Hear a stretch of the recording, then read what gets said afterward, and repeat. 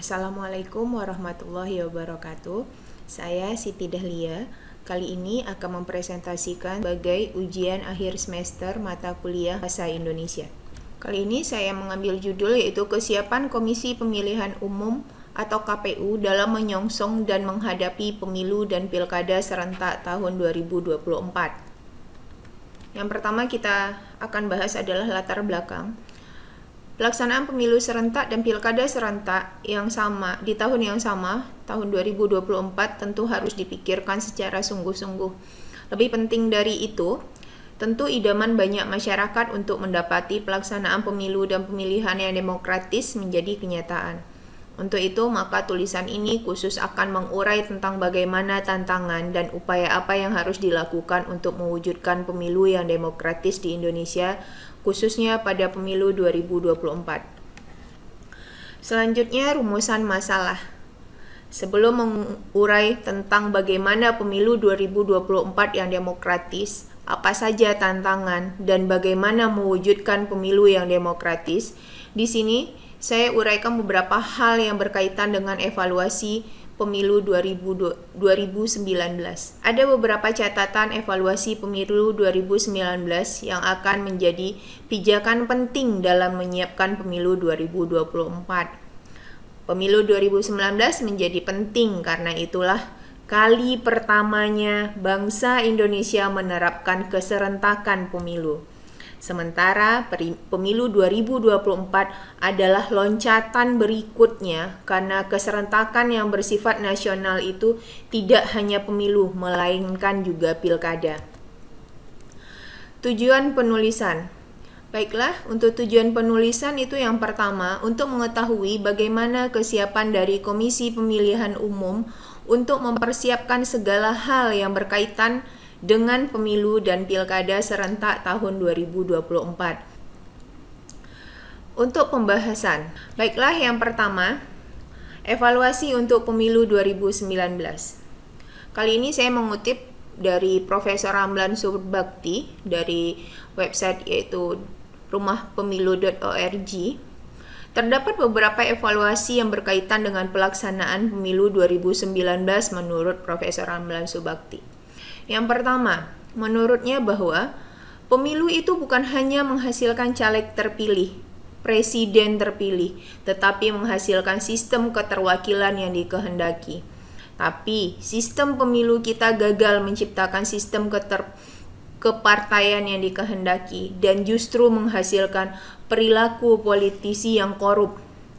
Oleh karena itu, bangunlah desain sistem pemilu yang menuju kepada sistem keterwakilan dan sistem presidensial yang kita kehendaki.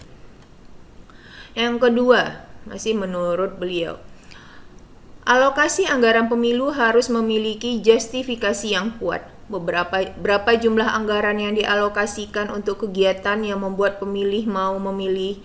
Menurut Profesor Ramlan, selama ini anggarannya kecil sekali.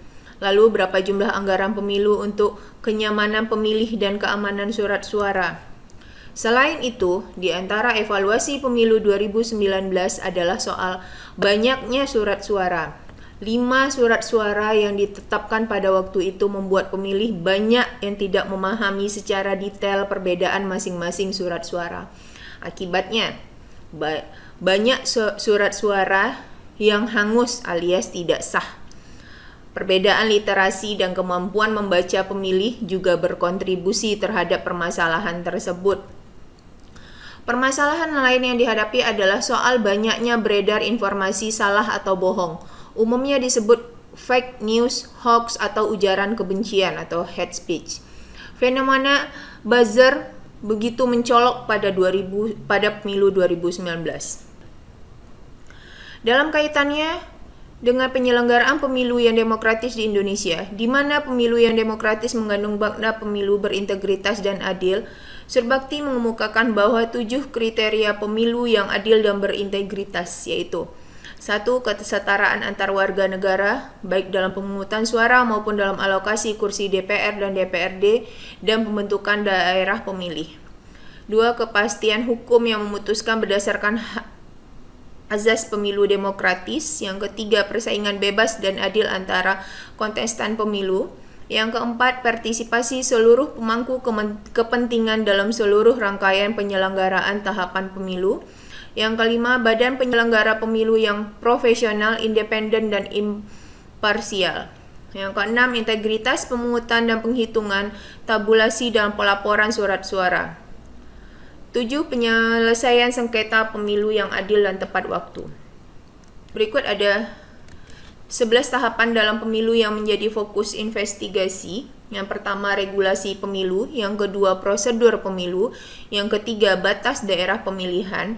Yang keempat, pendaftaran pemilih. Yang kelima, pendaftaran partai politik. Selanjutnya, media kampanye, keuangan kampanye. Kedelapan, proses pemungutan suara, proses penghitungan suara, pasca pemilu, dan penyelenggaraan pemilu. Selanjutnya kita akan membahas tentang tantangan pemilu 2024. Komisi Pemilihan Umum berencana mengubah jadwal pemungutan suara pemilu 2024. Ketua KPU Ilham Saputra menjelaskan, karena pilkada serentak di seluruh daerah juga diselenggarakan 2024, pemilu presiden dan pemilu legislatif akan dimajukan jadwal pemungutan suaranya bulan Februari atau Maret. Jadi pemilihan waktu tahapan pemungutan suara pemilu presiden, pemilu DPR, pemilu DPD, pemilu DPRD provinsi, dan pemilu DPRD kabupaten kota. Belajar dari Pilkada 2020 ini, kita melihat bahwa kuncinya adalah tata kelola. Tata kelola yang baik, manajemen yang baik, kerjasama dari semua stakeholder itu menjadi kunci.